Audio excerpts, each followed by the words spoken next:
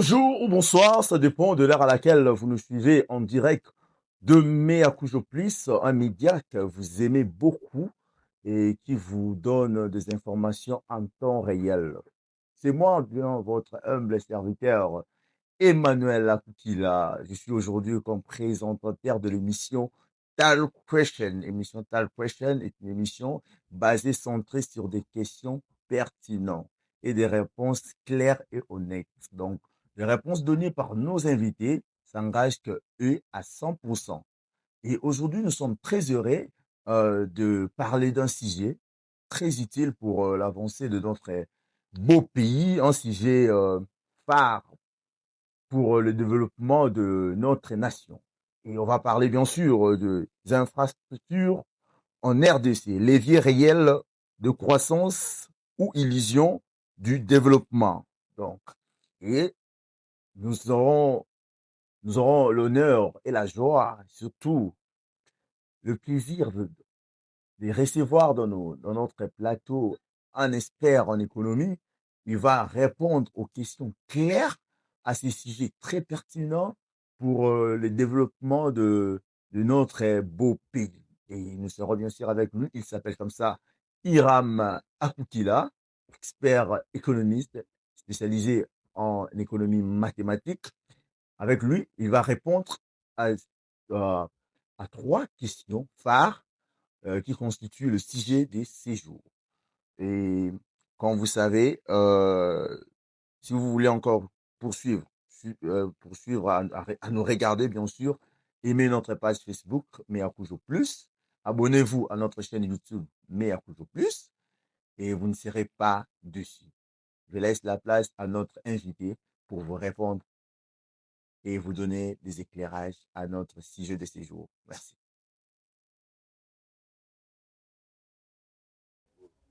Grande est ma joie d'être sur ce plateau des meilleurs coups plus dans cette émission énorme, exceptionnelle et surtout importante dénommée Talk Question, une émission scientifique d'une calibre énorme qui apporte des réponses à des questions scientifiques et des réponses à des questions sociales. Je suis ravi d'être l'invité sur ces plateaux et je dis merci au CEO des meilleurs coups plus, monsieur Emmanuel Akukila. Et j'aimerais vous dire à vous qui me suivez de partout de vous abonner massivement. C'est moi, votre frère, votre ami, votre enfant, votre papa, je ne sais pas quoi dire, Hiram Akukila, économiste et mathématicien, penseur libre et surtout motivateur également, professeur des mathématiques aux humanités. Je vous salue. Voilà, nous allons essayer ensemble de répondre à la première question. Que comprenez-vous des infrastructures? Alors, j'aimerais définir les termes de façon générale. Les infrastructures, ce sont des équipements et des installations qui permettent le bon fonctionnement des activités économiques et sociales. Et nous allons distinguer les infrastructures des transports tels que les ports, les ponts, les autoroutes, les routes, le chemin de fer et ainsi de suite.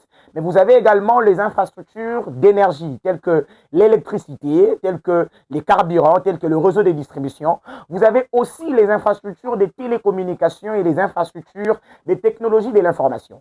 Mais je n'aurais pas me limiter là, j'aimerais plutôt insister sur le plan économique des infrastructures. Alors, sur le plan économique, les infrastructures ont une particularité essentielle, c'est qu'elles ont un caractère des biens publics ou des biens collectifs. Alors, vous serez d'accord avec moi. C'est-à-dire, ça n'exclut pas certains usagers d'en bénéficier. Vous voyez un peu? Donc, lorsque une route, quand vous voyez une route, elle est bien entretenue, c'est pour le bien de l'entrepreneur, pour le bien de l'entreprise, pour le bien du commerçant et même pour le bien du consommateur final. Donc, les infrastructures ont des externalités positives. Et puis, j'aimerais encore ajouter un élément important. En économie, les infrastructures ne sont pas simplement des équipements physiques, mais ça devient encore plus un environnement de compétitivité parce que ça crée, en fait, ça crée un bon climat des affaires. Voilà un peu. Voilà une question très pertinente. Les infrastructures sont-elles un vrai levier de croissance économique ou une illusion de développement? Alors, j'aimerais déjà ici insister sur le fait que les infrastructures, c'est prouvé, même dans la théorie économique, que les infrastructures, et surtout les infrastructures de qualité, influencent positivement la croissance économique. Depuis les travaux des barreaux, nous considérons les infrastructures comme un capital public qui améliore la productivité du capital privé et la productivité du travail. Ça, c'est très important. Et lorsque les infrastructures de bonne qualité sont dans un pays, c'est là fait ce qu'on appelle, provoque ce qu'on appelle de l'attractivité des opérations économiques. Donc, ça excite même les investisseurs à venir investir et ainsi de suite. Donc, c'est comme ça que ça peut provoquer la croissance économique. Ça, ce n'est pas un problème. Mais dans le contexte de la République démocratique du Congo, parce que lorsque Barreau fait son étude en prouvant que les infrastructures influencent la croissance économique, parce que lui, là, il est parmi les auteurs de la croissance endogène, donc une croissance auto-entretenue. Voilà, quand il explique, il dit que ce ne sont pas n'importe quelle infrastructure. Il s'agit ici des infrastructures de qualité. Alors, j'ai soulevé pratiquement deux problèmes en République démocratique du Congo. Le premier problème, c'est la qualité des infrastructures. Mes amis, serez-vous d'accord avec moi qu'un pays comme la RDC, nous, les pays comme la RDC, nous n'avons que 3% des réseaux routiers qui est bitumé. Quand on dit bitumé, ça veut dire asphalté. Contre 17% en moyenne en Afrique subsaharienne. Regardez un peu l'écart. Et l'auteur qui donne les chiffres décrit, il dit que c'est ça même qui fait que les coûts logistiques pour l'exportation minière a augmenté de 50 à 100% par rapport à la moyenne mondiale. Vous voyez un peu comment les coûts sont énormes. Je prends un deuxième exemple. C'est notre barrage. Parce que j'ai insisté ici au début sur les infrastructures d'énergie, comme l'électricité. Je prends les cas des barrages de Inga 1 et Inga 2, et qui ont été construits vers les années 1970 et 1980, mes amis. Ces barrages sont ruinés, énormément ruinés. Et aujourd'hui, alors que nous parlons, parce que l'étude, ça date de 2025, les barrages ont réduit leur rendement de 70%. Trop énorme. Et aujourd'hui, les entreprises minières sont censées recourir à des générateurs diesel importés, gonflant ainsi le coût de production et favorisant la contrebande vers le Rwanda et vers l'Ouganda. Vous voyez, notre économie est quasiment dominée par les secteurs miniers et vous voyez que ça cause un énorme problème pour ces entreprises de fonctionner correctement. Ça, c'était la première analyse. Mais ma deuxième analyse, c'est sur la qualité des institutions, mes amis. Ici, j'aimerais vraiment insister. Vous savez, c'est prouvé, on peut mener une étude économétrique en analysant comment est-ce que les infrastructures impactent la croissance économique. Nous allons bien sûr finir par conclure, ouais, l'infrastructure impacte la croissance économique. Je prends les données, j'essaie de faire de l'économétrie, je prends les variables de contrôle, je mets stat à eViews, j'essaie de faire, ça me donne le résultat. Mais j'aimerais faire cette analyse avec vous, même vous les profanes. Nous, en économie, lorsqu'il faut parler des infrastructures, nous n'allons pas nous limiter qu'aux bâtiments que nous voyons. Nous n'allons pas nous limiter qu'aux routes que nous sommes en train de voir. Nous allons aller plus loin pour analyser l'impact des infrastructures sur la croissance économique. Nous devons voir les chiffres.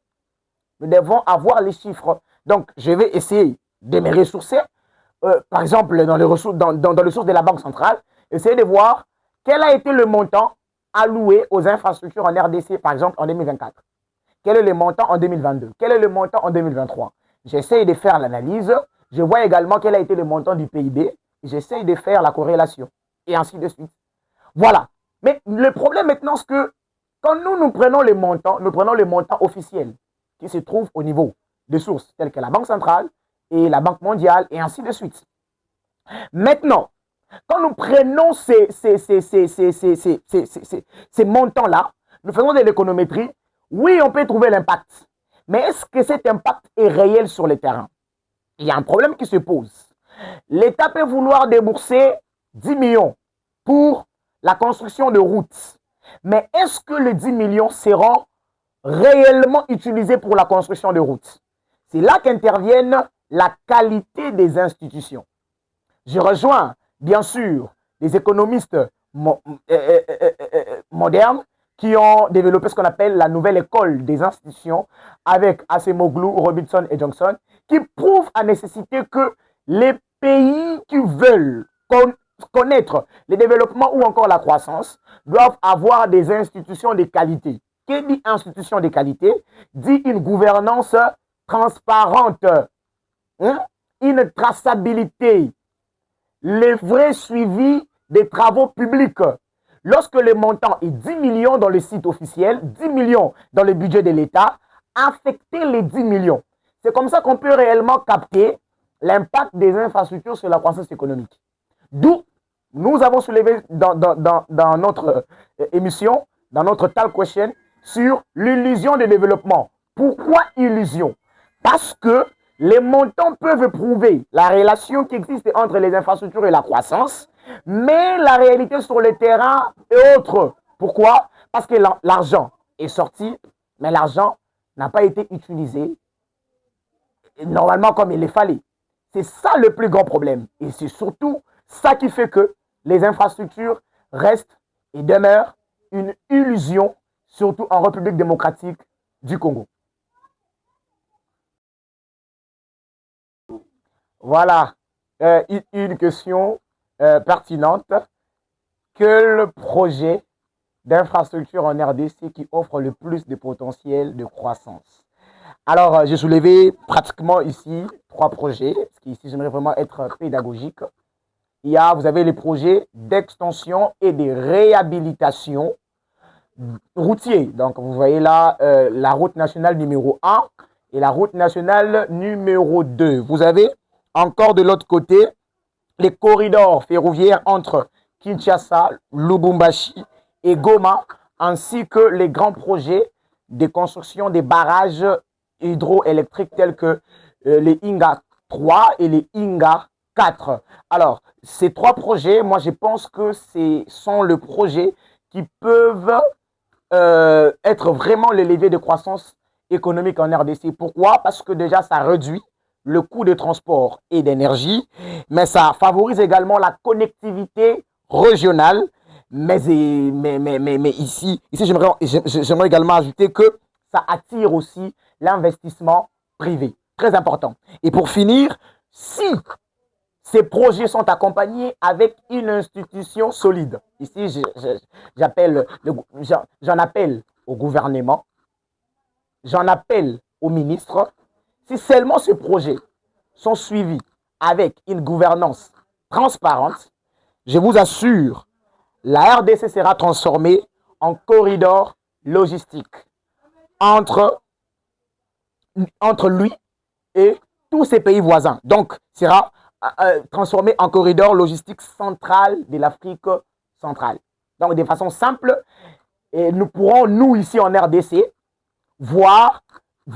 pouvoir connecter le Rwanda, les Zambie, la Tanzanie, et ça sera énorme, un énorme bénéfice pour nous, la RDC. Donc voici les 3 projets que j'estime être efficaces pour stimuler la croissance économique. Voilà, tout est bien qui finit bien.